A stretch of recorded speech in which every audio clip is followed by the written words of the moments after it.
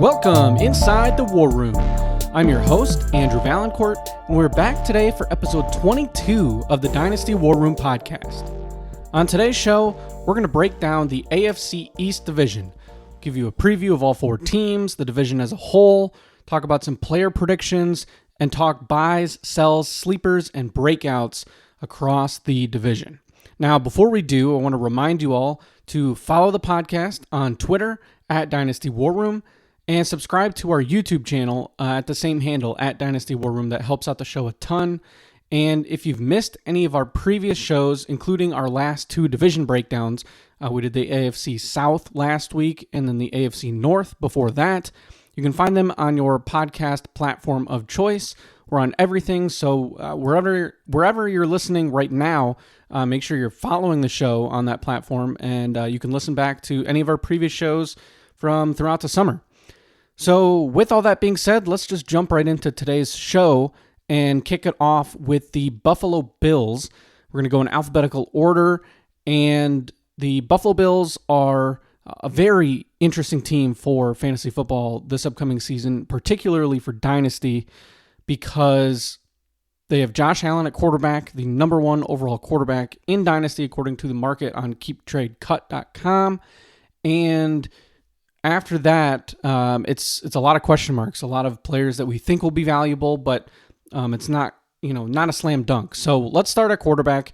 There's not a whole lot to say about Josh Allen, but he is my 101 in Superflex startup drafts.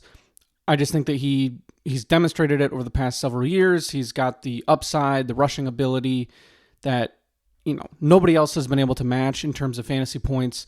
So even though there might be a slight decline without Stephon Diggs and some offensive changes, the team might not be quite as high-powered as prior seasons. He should still be very good, and I'm expecting him to finish as the overall QB1 in fantasy, and that's what makes him just such a valuable pick. Great player to have anchoring your dynasty team. So Josh Allen, the QB1, both generally consensus within the market and as well for myself. Now, moving on over to running back. Again, a little bit of an interesting scenario here because they did draft a rookie, Ray Davis, to add to their backfield leader in James Cook, who's currently the running back 13. Davis comes in at running back 53, and then Ty Johnson should be third string. He's running back 95 on Keep Trade Cut. So I like James Cook. I think that he's somebody that's been able to stay healthy. He's given you some really solid running back 2 numbers. He was RB19 in points per game last season. And so I do expect him to be able to do more of that. He's a really quality RB2 for your roster. I don't know that I would want him to be my number 1 running back, but if you're someone that has, an absolutely stacked lineup full of, stud wide receivers and an elite tight end, whatever your situation is, and you had to have Cook as your number 1 running back, I don't think that's the worst situation to be in if, as long as you're loaded up at other positions. But I'm not looking to sell Cook. I think he was a popular sell candidate at the beginning of the offseason, but I don't view him that way. I think he's just a solid running back that you want to have on your roster. It should be a good offense, and especially in a situation where there's not necessarily that number 1 receiving target where, there might be a little bit more for James Cook in the passing game. He is a capable receiving back. So I like where Cook sits. He's just a hold for me. He's not somebody that I'm trying to sell, but I'm not necessarily trying to go out and buy him either. I think he's perfectly fine being valued where he's at. And Ray Davis is somebody that I think does have some appeal, as he was taken probably somewhere in the late 3rd or early 4th of your rookie draft. And I think he's going to get some goal line work. He's definitely going to spell Cook a bit. It's not just going to be Cook on 90% of the snaps. So Davis is somebody that I think is going to be a good player to have on your roster. Certainly is somebody that by the end of the season could have some potential as a starter in a flex spot or something like that. And there's some high upside as well, the contingent upside should Cook miss any time. So Ray Davis, I do like him as a rookie coming out. I was a little bit down on him at first prior to the draft, but I like his landing spot. And, Ty Johnson, I think, is somebody that you don't really have to be worried about cutting into any of his time on the field. So there's the running back situation in Buffalo, but the more interesting room is the wide receiver room for Buffalo because it is wholly revamped. So Stephon Diggs out, traded over to Houston, and Keon Coleman drafted by the Bills the very beginning of the second round. And it's a really interesting situation, right? Because there was offensive coordinator change last year. They were, Diggs just really fell off really the second half of the season. And there's an opportunity now for whether it's Coleman as a rookie or Khalil Shakir, Curtis Samuel. There's some vets that have signed to this team, kind of popular names that have not really been able to do a lot, like Chase Claypool, Marquez Valdes-Scantling, a couple other guys too that, probably long shots, but someone will make this roster between Justin Shorter, KJ Hamler, and Matt Collins. So in terms of fantasy and Dynasty in particular, Keon Coleman is being valued as the wide receiver 32. Shakir is at wide receiver 59, and Samuel is at wide receiver 66. Those are the only three receivers that I think really hold any significant Dynasty value. And I actually think that all three are pretty solid values right now, but especially Khalil Shakir and Curtis Samuel. It's just something where Coleman is certainly going to see the field, but I don't expect him to just come in and be the wide receiver 1 for this team right away. I think that Khalil Shakir is going to be this team's wide receiver 1 for the season. Whether he's going to hold that role long term, I think that is much more debatable, but he's, Curtis Samuel and Khalil Shakir are both going to see a lot of targets.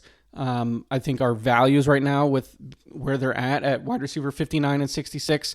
Shakir is the one that I'm just most intrigued by, a little bit younger, showed a lot at the end of last season. He kind of had a mini breakout and established himself as somebody that can play in the league. And he was somebody that was a popular rookie when he came out a couple years ago, was a popular 4th-round rookie pick. And I just love the situation. I think that he can, he was successful in this offense when Joe Brady took over as the OC last year. That's going to continue. And even with Coleman, I don't see Coleman necessarily taking away from Shakir. I think Curtis Samuel is the bigger threat for that, but I think there's going to be room for both to, get theirs and be solid fantasy options. If you want to take a flyer on, somebody else, I would, Chase Claypool if he's on waivers and you can add him to the end of your bench. I think that's perfectly fine. I'm not interested in MVS, but he might have a moment or two, but it's one of those things where you have to get really lucky on guessing on the 1 week that he happens to, catch a deep ball for a touchdown. And then, anybody else, Justin Shorter had a moment briefly earlier this offseason where people were, wondering that if he could do something. I'm out on him as well. I just don't see it. But Coleman certainly has a lot of dynasty value. If he can put it all together, he could be a very good long-term wide receiver 1 for this team. I just don't think it's going to come as a rookie. I think it's going to, probably be a bit of a slow start, and then, he gets better as time goes on. And that's where Shakir, I think he's going to be able to capitalize on that and be a very good option for this offense right from the get-go. So he's somebody that I've been buying a lot of across leagues. I've added him several times, at least 3 or 4 leagues. I think I have made trades to acquire Khalil Shakir because I think I'm higher on him than most. So he's somebody that I think is worth the cost. You can get him for a 3rd-round pick, and for somebody that could be the Buffalo Bills wide receiver 1 with Josh Allen, I think that is worth the risk. Now, the true wide receiver 1 for this team, while I think Khalil Shakir position-wise will probably be wide receiver 1, the overall best receiving threat on this team is probably Dalton Kincaid. So he's valued right now as tight end 3. He has Dawson Knox at tight end 31 backing him up. And I'm pretty excited about Kincaid because he showed a lot last year that he can be, an upper echelon tight end. He was tight end 13 in points per game, but he did get better a lot as the season went on, which is what you would like to see from a rookie. So I do think that it is very realistic that he is the overall number one pass catcher on this team.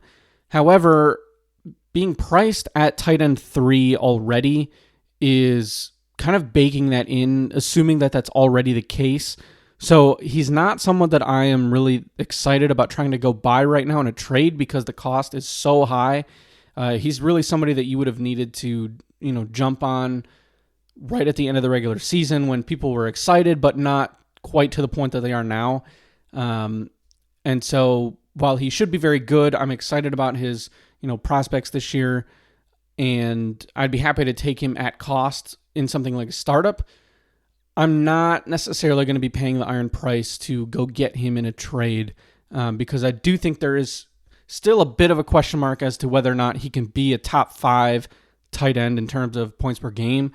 And at least for this year, if I'm a contender, I think you can acquire similar players in terms of their ceiling for this season, but for significantly lower cost. So you can get Travis Kelce, you can get Mark Andrews, guys like that where they're just proven commodities, and they might not have the same number of years left in their career. Certainly not, especially with a guy like Kelce. But if you need somebody for a year or two, and you're an upper end contender, and you're trying to improve your tight end spot, while Kincaid is going to be somebody that looks great on a trade calculator and great on paper, in terms of actual fantasy points for this season, I still think tight end 3 is probably a little bit high. I don't know that he'll be, quite up to that level. I do think he'll be top 5 or 6, but I think, if you're going to pay the tight end 3 price in a trade,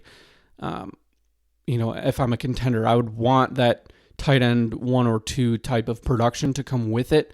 So I'm not necessarily adding Dalton Kincaid, but I'm not selling him either. I think he's another guy that's just a solid hold, pretty similar to a James Cook or Josh Allen is somebody, of course, that's like that as well. I don't think you're going to really be able to trade for him in any leagues, but if you have him, he's just the type of guy that you're riding out as long as you can.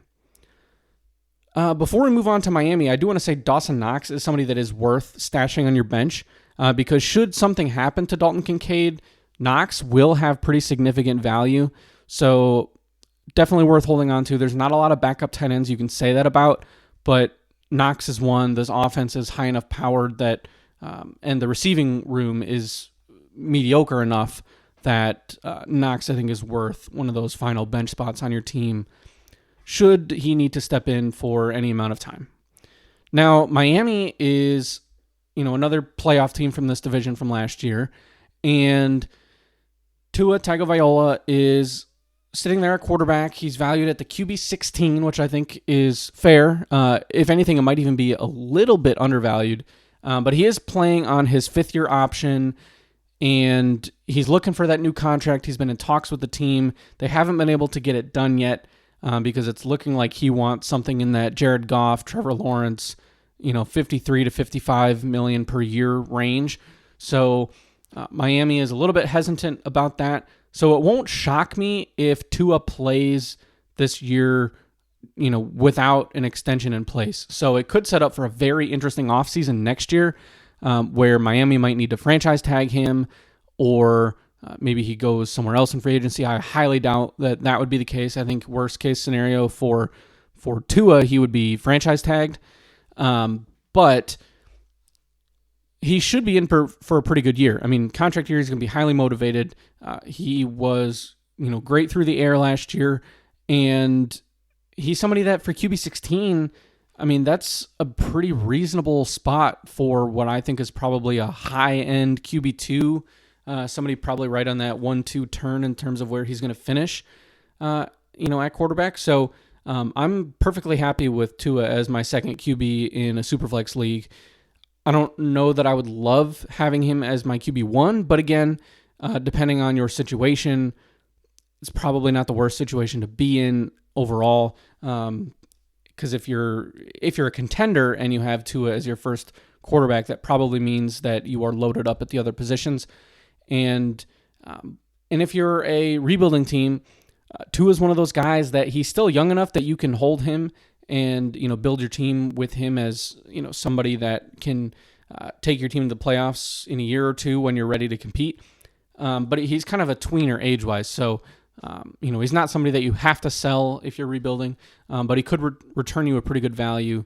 But if you wanted to wait until closer to the season, I always find that trading players away, you can end up getting more for them once you're in the season and people really start to set their lineups and injuries start to hit, things like that. But I like Tua. He's somebody that I'm perfectly fine adding to my rosters for 2024. Now, the running back room is a little bit different because it's a great running back room, but having to decide on a week-to-week basis, who you're starting, how, it's just a bit complicated. You have Devon Achane at running back 6, which I think is a little bit too high. We've talked about him a bit throughout the offseason where, his size and the fact that he's never going to be a true workhorse running back does hinder that a little bit. He is great for best ball, because he is very capable of giving you those huge weeks. We saw it last year as a rookie. So if he can stay healthy, he could truly dominate. I mean, if he's so efficient, he's so fast, he's got just game-breaking ability. So you love having that on your team, but there are going to be some headaches that come with him because he's probably still going to miss time for injury at some point during the year. And there's still going to be Raheem Mostert, who comes in at running back 42. They drafted Jalen Wright, and he's at running back 35. So it's something where I'm fine with having any of these 3 players on my dynasty rosters. And, you're going to be having Devon Achane in your lineup. He's going to be a starter. But you just have to know that it's going to be a bit of a roller coaster, most likely. You're probably going to get some really high highs and some pretty low lows, and you're going to have to just understand that he's probably going to miss some games to injury, and Raheem Mostert's going to vulture some touchdowns. So it's just one of those things where me personally, I would consider moving on from Achane in Dynasty. I would be selling him. I would rather have Travis Etienne. I would rather, and he's valued as running back 7 on Keep Trade Cut, so I do think that's a deal that could get done. And he's also valued a couple spots above Saquon Barkley, largely, of course, due to age. So in that type of situation, I would be happy to sell Achane for Saquon plus some other asset to account for that age gap. So something where you might get some more steady production that's still, will give you some boom weeks, especially with that Eagles offensive line and things like that, but won't necessarily leave you, wondering whether or not you can trust him in your lineup on a week-to-week basis. So if you're a contender, I do think that Raheem Mostert is somebody that you can buy for very cheap right now. I think you can get him for a 3rd-round pick, even depending on the situation, and he's stuck on a team that is in rebuild mode. You might even be able to get him for a 4th. I think it just depends on how that manager is, how worried they are about his age and the fact that he's in his 30s, and he had the one great season last year, but other than that, it has been a bit of an up and down ride. So, but for the cost, if you need some depth as a contender, I think that Mostert is a good target to add. And then Jalen Wright, everyone just drafted him in the rookie drafts, probably somewhere in the early 3rd round or so. He was going pretty commonly between 302 and 306 in most of my leagues.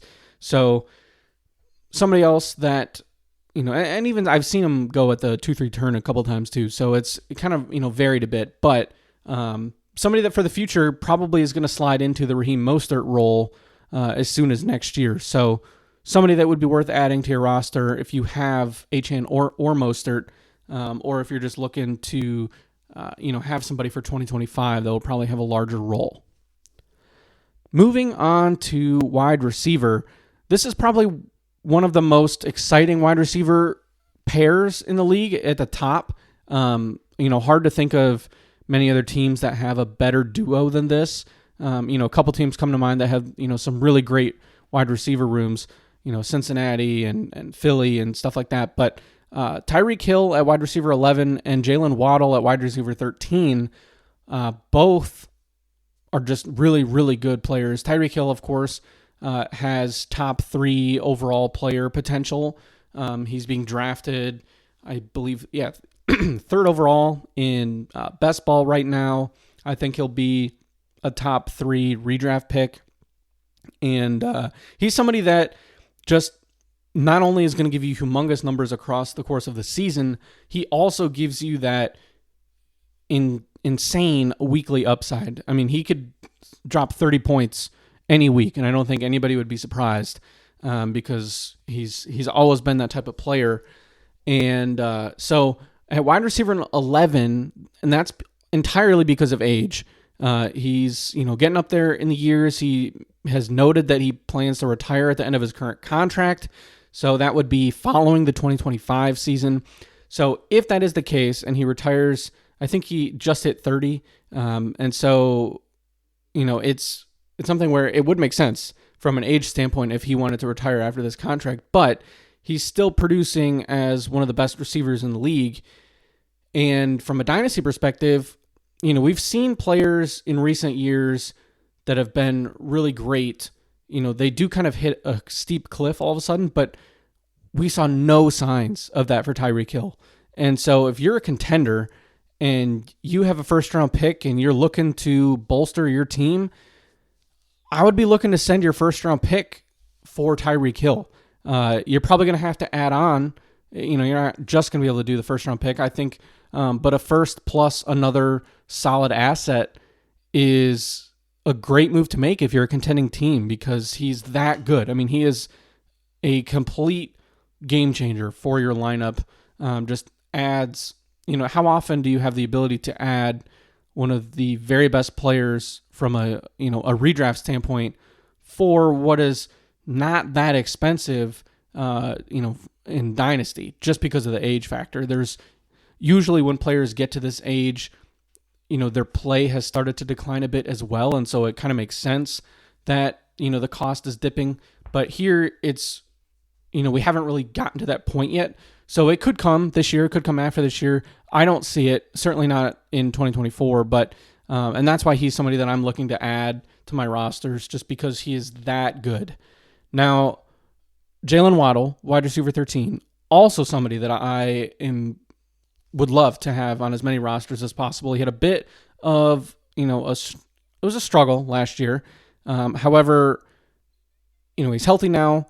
He should be somebody that can give you very good wide receiver 2 numbers. He does have wide receiver 1 upside.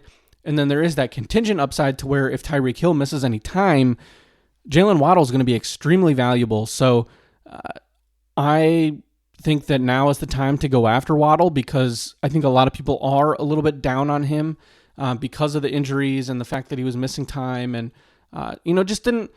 he wasn't necessarily somebody that you could rely on as much as you would have liked last season. So that created some doubt, some skepticism. I think that managers for Waddle are a little bit tired of kind of the headache that he brought last year. So go make a move for him. I think that you'd be able to get him for a fairly reasonable price right now.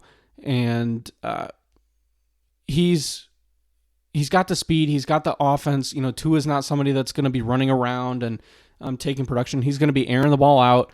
And this is a great offense to do it in.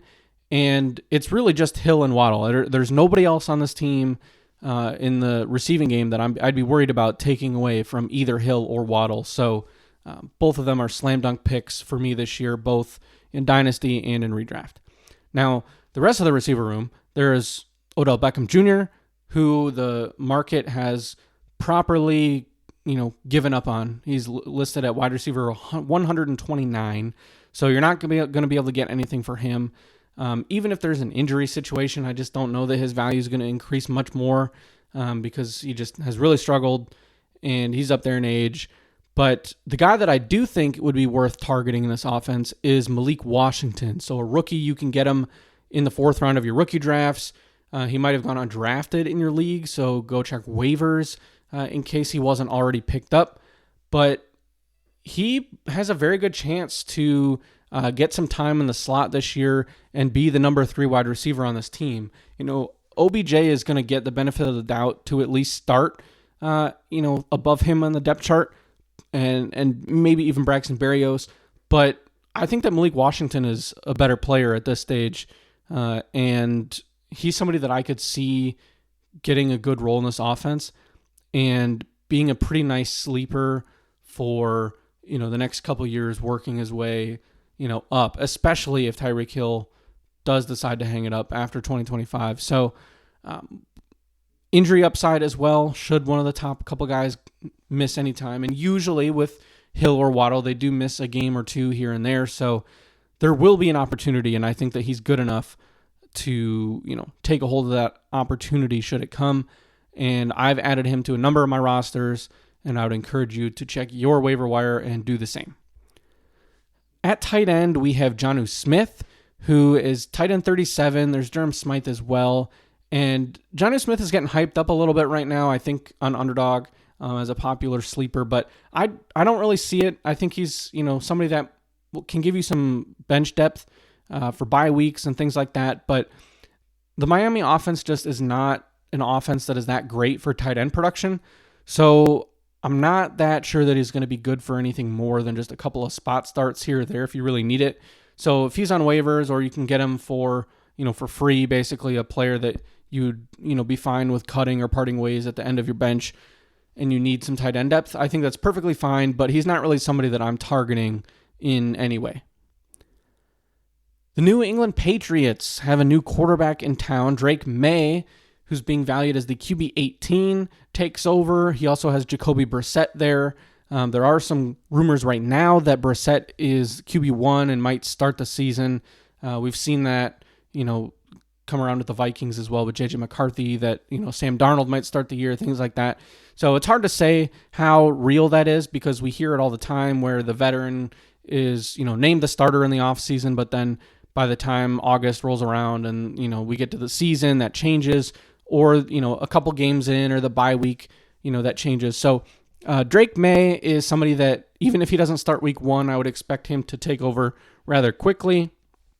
And he probably went somewhere between pick 5 and 8 in your rookie draft. He's got rushing upside, which is great. He's got a big arm, but he's in a tough situation, offensively. It's a subpar offensive line, mediocre, running back room, and a pretty bad wide receiver group as well. So, a lot of rookies though here at the receiver spot for Drake May, and then there's Ramondre Stevenson, who just got a new contract extension. So, Drake May certainly has some potential. I think you have to acknowledge that there is a high ceiling here, even though there may also be a very low floor, and it could be a tough go in year 1. But, this could be a situation where we get to year 2 for Drake May, and he could really be putting the pieces together, especially if these rookie receivers, can put it together at the same time and they can grow together. It's something that you see a lot when a rookie wide receiver comes in with a rookie quarterback. So we'll keep our fingers crossed for that. But in terms of running backs on this team, there's Ramondre Stevenson, running back 17, Antonio Gibson at running back 56. Those are really the only 2 fantasy relevant names. There's JaMychal Hasty, Kevin Harris, but I think that you'd be fine cutting both of those guys. But Stevenson got a big contract recently, which certainly helps his value. But he's had some injury issues last year. He was fairly mediocre last year. It's going to be a bad offense. They're going to be playing from behind a lot. So there's going to be a lot of pass catching opportunities potentially, but they're probably not going to be handing the ball off 25 times a game. So it's a situation where I think there is some talent with Stevenson. We've seen in the past that he can get the job done, but I don't love the situation this year for him. If you're not a contender, I would certainly be trying to sell Stevenson right now, especially after he got that contract. And if you're a contending team, I think Antonio Gibson is actually the guy to go buy. Not, to plug into your lineup necessarily, but somebody to give you some depth. And if there is another Stevenson injury, we saw how Zeke Elliott did last year. Caught a lot of passes, was relatively ineffective on the ground, but still got a lot of volume. And I think Gibson could do the same. And he's shown that he can be a really good pass catcher. So, and he's significantly cheaper. I mean, you can get Antonio Gibson for a 3rd-round pick, and I think that is a pretty solid move to go make if you need some more depth at the running back position. Now, the wide receivers, Jalen Polk, wide receiver 50, Kendrick Bourne, wide receiver 97, Demario Douglas, wide receiver 68, Javon Baker at wide receiver 67, and then KJ Osborne at wide receiver 113, along with Jalen Reagor, Kayshon Boutte, and Tyquan Thornton. So there's a lot of names in this room. Jalen Polk was drafted early in the 2nd round, Javon Baker in the 4th this year, so a couple of rookies. And this is probably one of the most difficult wide receiver rooms to figure out in the entire league because there's just so many question marks, right? Nobody really knows who's going to be the number one, who's going to be Drake May's top target. Jalen Polk, I think the general consensus was that he was a bit overdrafted. I think more people saw him as kind of a late 2nd or 3rd round pick, but he went early 2nd. Javon Baker, kind of a popular sleeper pick, going somewhere in the mid 3rd round of your rookie drafts. And Demario Douglas was pretty productive last year. Very small receiver, but he can play in the slot. Drake May said already that he reminds him a bit of Josh Downs, who he played with at North Carolina. So, there could be a connection there. Douglas was pretty good on the field last year, so I think that he's probably somebody that I'm, other than Polk, I'm most excited about adding Douglas if I can. I don't think the cost is going to be that high.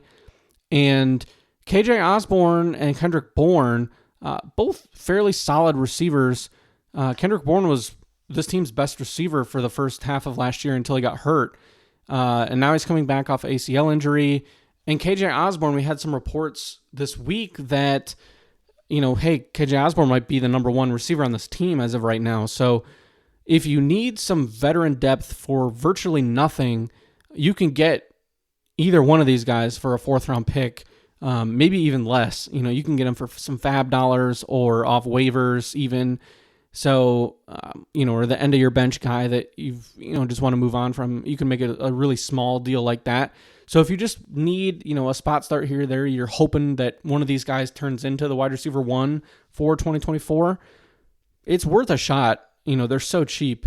I think you can cut Reagor, Boutte, Thornton. I think the dream is dead for all of those guys. But there's going to be somebody that breaks out in this receiver room. It is a little bit difficult to say who it will be, but given that the cost of all of these guys are not very high, I think you can go ahead and, take a shot, depending on the build of your team, what you want to go with, and see who you can get. But I think that Pop Douglas, Jalen Polk, both pretty solid targets. I think that Douglas is probably the cheapest that has a real chance to be a strong contributor. I think you can get him for probably a early 3rd-round pick, something like that. So I'm perfectly fine with doing it. I've seen it happen a lot in various leagues. He's been a pretty popular player to be traded this offseason. So don't sleep on this receiver room. There's going to be somebody that gives some sort of fantasy value, but you just have to understand it might take a few games for it to really become clear who that will be. Tight end wise, though, Hunter Henry, tight end 30 on Keep Trade Cut, pretty solid player. He's had a good run. He had a couple really good games at the beginning of last season before injury and missing some time and whatnot. But he's another guy that's a strong depth option at a very low cost. You can probably get him for a 4th-round pick or a 3rd. I like Hunter Henry better than Jonnu Smith this year as a lower level bye week fill-in tight end. So he's very capable of having a couple spike weeks throughout the season. So Hunter Henry, somebody that I would be looking to target as somebody off the end of my bench. The New York Jets are the 4th and final team in this division, and there's probably very few teams that have quite the range of outcomes as the Jets, because there's a lot of hype. Aaron Rodgers is back from injury. They still have Garrett Wilson, Breece Hall, improved defense that has been good the last few years. It's been the offense that's been the problem, but, can Aaron Rodgers save the Jets? And I think the answer is no. However, Rodgers does carry some fantasy value and even some dynasty value here, despite his age and coming off the Achilles injury. He's probably someone that is not being counted on to be more than QB3 for most teams. I think you might be in some trouble if you are counting on Aaron Rodgers to be your QB2, let alone QB1 in a Superflex Dynasty League, and you're trying to be a contender. I think if that's the case, you should be making a move to acquire another quarterback. But I think he's fine to have as your backup, as your QB3. But I just don't know that he's going to be great for fantasy. I think he's someone at this stage that could be better in real life than he is for fantasy, because I don't think he's going to give you the same rushing upside that he did during his time in Green Bay. I don't think he's going to be able to scramble around as much. So I still expect him to be, an accurate passer and, be able to help Garrett Wilson out, but I don't know that he's going to be kind of that vintage Aaron Rodgers that we've been used to seeing. He really just started to decline in Green Bay. We've talked about him a few episodes ago as well on the same subject, and I'm personally out on Aaron Rodgers, but I do have him on a team or two. And I would just be cautious with him because, it's not the best, receiving group outside of Garrett Wilson, especially. So you just got to be a little bit careful here. I don't know that it's going to work out great. And we really don't know how he's going to come back from that injury, too. So, there could be a high re-injury risk. Just takes him a little bit to kind of get used to moving around again back there after, missing the entire season. So, Tyrod Taylor, the backup, could be worth a stash if you have Rodgers and you're counting on him in any capacity. Go ahead and just preemptively add Taylor to your roster. Jordan Travis, the rookie out of Florida State, he was kind of a popular end of the draft pick or free agent pickup in several of my leagues, and I don't see it. I don't think that there's really any reason to draft a third string quarterback that was, a day 3 pick. Sure, he was, fun and whatnot in college, but if Aaron Rodgers stinks and, they need a quarterback, it's not going to be Jordan Travis in the future. They're going to turn around and draft somebody else or make a move for somebody different. It's not going to be Jordan Travis. So I would personally not, waste a roster spot on him because Tyrod Taylor is going to be the one that goes in should there be an injury. So, unless you are just a true Jordan Travis believer, don't waste your roster spot. Running backs, this team, Breece Hall, running back 2, just a complete stud. I think anybody would be happy to have him anchoring the running back position, and he should be in for another great season. He's probably one of only 2 or 3 players that can truly challenge Christian McCaffrey for the overall running back 1 on the yearly basis. So can't go wrong with him. I think he's going, at the 1-2 turn, kind of early second in startups, which I think is fine. And, he is a top 2, top 3, pick in redraft and best ball at the running back position. He kind of is pretty neck and neck with Bijan Robinson in redraft and best ball. So should be very good. There's not a lot to say about him. Braylon Allen coming in at running back 47. And Isaiah Davis at running back 82, and then Izzy Abanikanda at 83. So that's the rest of the room. The market, and it seems like kind of the consensus belief is that Braylon Allen will be the backup. He's certainly priced that way. So obviously at this point, I think all backups really need to be rostered in your dynasty leagues. Anybody that is the clear number 2, or you think there's a pretty solid chance they're the number 2, which I think is where Allen falls into that category, they got to be rostered, so make sure that he's scooped up in your league. He probably was drafted somewhere in the 4th round of your rookie draft, but just make sure. And then Isaiah Davis, I think, is a little bit interesting. I liked him as a prospect. I hate the landing spot, especially, not only is he stuck behind a true workhorse in Breece Hall, but also now Braylon Allen is there. So I do think that Davis will make the team over Abanikanda. I think the dream is gone there, so Abanikanda is somebody that I think you can safely cut. But if you have a spot on the end of your bench and you want to stash Davis, at least to see how things shake out through training camp, and on the off chance that Davis ends up the running back 2 on this team, and then should there be an injury, obviously there's some value that will be there. But liked him as a prospect, and I think it's fine to stash Davis. And, of course, Braylon Allen should be on a roster already. Now, a wide receiver, Garrett Wilson, wide receiver 7, Mike Williams, wide receiver 80, Malachi Corley at wide receiver 65, and then Xavier Gipson at wide receiver 102. There's also Alan Lazard, Jason Brownlee there as well, a couple other names. So now is really the time for Garrett Wilson to step up and be a wide receiver 1. He hasn't done it yet in fantasy football. We see the talent. We know he's a very good player, talented receiver, but the quarterback play has simply not been there for him. So this is it. Aaron Rodgers will be there throwing him the ball. There's really not anybody else there competition-wise that should threaten him being the number, taking away his ability to be the number 1 receiver on this team. So should be great. I am a little bit worried that he's being overdrafted in best ball and redraft right now. He's going kind of at the end of the first round, and I think that's a little high because I don't know that you can truly project Garrett Wilson to be a wide receiver 1. I personally think that I would, from a redraft standpoint, I think I would maybe rather have Drake London this year. I think they're pretty similar positions, but I think it's safe to be a little bit skeptical about both because they just haven't fully done it yet. So we got to see it pretty soon from Wilson. Otherwise, I think that wide receiver 7 evaluation is a little high. So while I really like the player, I like the situation to an extent, I'm a little bit worried that the price is too high.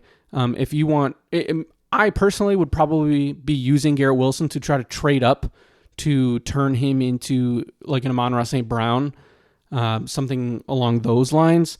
I think that's what I would be hoping to do. You could probably pull something off, Wilson for A.J. Brown and a pick, something like that, because I think Brown is valued less than Wilson given the age factor. So there are some moves you can make. Now, if you're a rebuilding team or you're on the come up, I think having Wilson in the age certainly makes a lot of sense. But if you're a true contender in your league and you're counting on Wilson to be, a wide receiver 2 on your roster or something like that, but obviously if you're contending, you're trying to have multiple wide receiver 1s, I would be looking to move Wilson to get somebody a little bit more safe, a little bit more solid that can and should, barring injury, be a true top 10 guy. So that's what I would do with Garrett Wilson. Mike Williams, probably better in best ball than Dynasty. And, he'll have a couple moments. I'm sure he'll have some red zone targets, but the health is certainly going to be an issue. He just can't stay healthy. He's getting up there in age now too. So, I'm not looking to add Mike Williams. If he's already in a roster and you just want to hold, maybe hope he has a good week 1 or week 2 and you can move him for something. But I'm just not that excited about him. Malachi Corley was a rookie that, got some steam before the draft, and I have been completely out on Malachi Corley. I don't have him in a single league. I didn't draft him anywhere. Didn't pick him up. He went undrafted in a league. I didn't even pick him up. And I worry about the situation with potentially average to below average quarterback play to, Garrett Wilson is going to be the clear 1. And now there's been some reports that Xavier Gipson may start the season as the starting slot guy over Corley. So I think a lot of people just assumed that Corley would become a starter, and that may not be the case. So, number 1, go look at your waiver wire, see if Gibson's out there. If you have the roster spot, I would probably try picking him up. But, Jason Brownlee, another guy that, undrafted free agent last year and, could fight for some playing time. I don't think Alan Lazard is somebody that you really need to be worried about, but pay attention to that slot receiver battle through, the rest of the summer and August in particular. And just know, it might be a bit of a slow start for Malachi Corley before he kind of works himself into the lineup. They're not going to just bench him forever. He was drafted pretty high. I think it was first pick of the 3rd round. So, his time will come eventually, but it just might be a bit of a slow start. Now at tight end, we have Tyler Conklin, tight end 35. He's just another solid depth target from this division. A lot of, kind of depth players from the AFC East, and he should be a more steady option. So while somebody like Hunter Henry or even Jonnu Smith may have some bigger spike weeks, I don't think that Conklin is really that type of player, but he might provide you a more consistent stat line. So if you need somebody, your tight end 3 on your roster, just, to have that on the bye week, you want to plug them in, get, your 6 or 7, 8 points. I think that that's something that could happen. And he could just be a solid guy to have on your bench. And I think he's pretty easy to acquire with that tight end 35 price.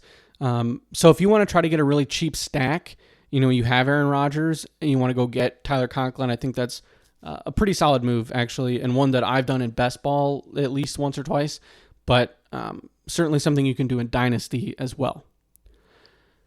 Now, as we have done for the last few episodes, I'm going to give you my biggest buy, my biggest sell, my biggest sleeper, and my biggest breakout candidate for the division as a whole. So, and also do my final standings prediction for the division. So we'll start with biggest buy, and at current market value on Keep Trade Cut, I think I'm going to go with the pair of Dolphins receivers because I can't decide which one I would want to talk about more. So we'll go Tyreek Hill and Jalen Waddle.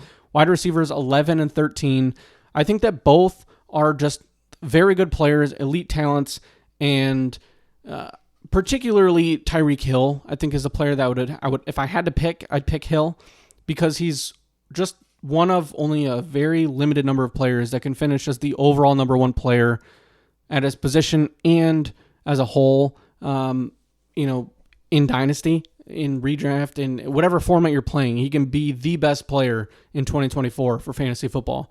So to not have to pay 3 or 4 first-round picks to get him like you would, a CeeDee Lamb or Justin Jefferson or somebody like that, to be able to get him for probably a first and a second or a first and a, just a solid, steady, younger target, I think that's a really good move to make as a contender just because of that upside he does provide you. So the ultimate goal here is to win a championship.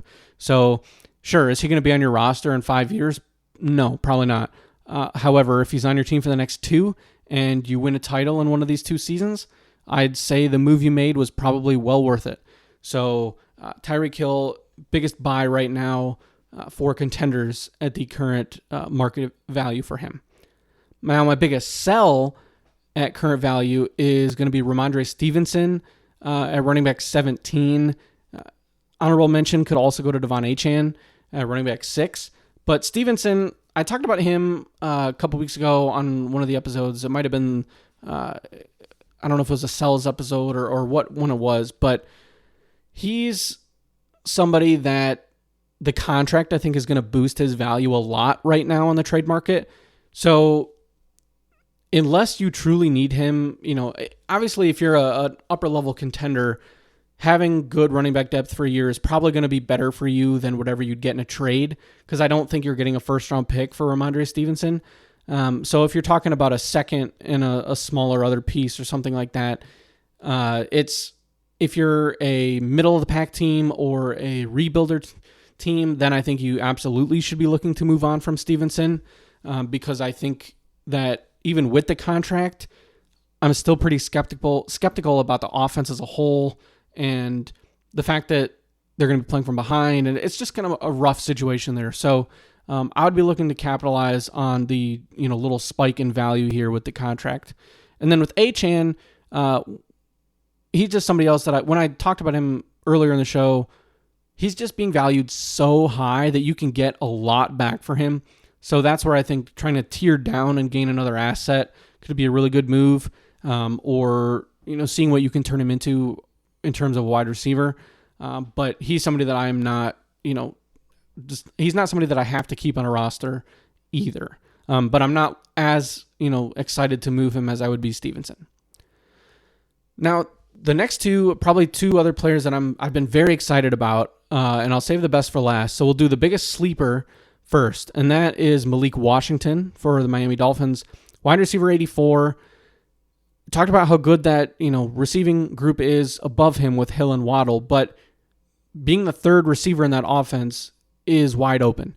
I do think that he can overtake OBJ. It's just a high volume passing attack, and he was a reception machine in college. So Malik Washington, somebody that I think you can acquire for a fourth round pick, and I think he's got some potential. And then the biggest breakout candidate, who is somebody that I've talked about on a number of episodes. As I said earlier on the show, I've acquired him in multiple leagues, and that is Khalil Shakir of the Buffalo Bills, wide receiver 59, and I just think it's good value. I think that he has a clear path to be the wide receiver 1 for this team, which is always going to be valuable for fantasy football when Josh Allen is the quarterback. So will he be Stephon Diggs? No. But we don't need him to be Stephon Diggs. I think that there's a good chance that he ends up as a solid wide receiver 3, which is still very valuable in fantasy. That's somebody that you can flex. That's somebody that when they're being valued as wide receiver 59, that's a pretty significant boost from where people currently see him. So for a third round pick, I think that it's a good move to make, and the upside is certainly there. You could get Curtis Samuel with the third round pick, I think, as well. Maybe you'd have to toss in something small with it as well, but one of those guys is probably going to lead this team in receiving. My bet's on Shakir, but I do have Samuel a couple spots as well. So if you just taking a shot on one of those players, I think is a better move to make than going all in for Keon Coleman or Dalton Kincaid, even for that matter, as we talked about earlier. But Khalil Shakir, biggest breakout candidate for the AFC East. Now, before we wrap up, I'll do just a quick rapid-fire divisional finish. I have not thought all that hard about it, but I do think that I'm going to go with Miami to win the division and Buffalo to come in second, but also make the playoffs, even though they did lose some key defensive pieces and Diggs is out. But I think they'll be able to hang around, still make a wild card spot. And then we'll go with the Jets finishing in third and the Patriots in fourth, but both missing the playoffs. So there you have it. There is our AFC East divisional preview. Thank you all for listening. We appreciate it. If you've made it this far, I particularly appreciate you. So thank you for listening. I mean, these are kind of the dog days of summer here. So if you're listening still, you are a true, fantasy football nerd like myself. So I appreciate it. Stay tuned for the rest of our divisional previews throughout the summer. And thank you all. We'll see you next week.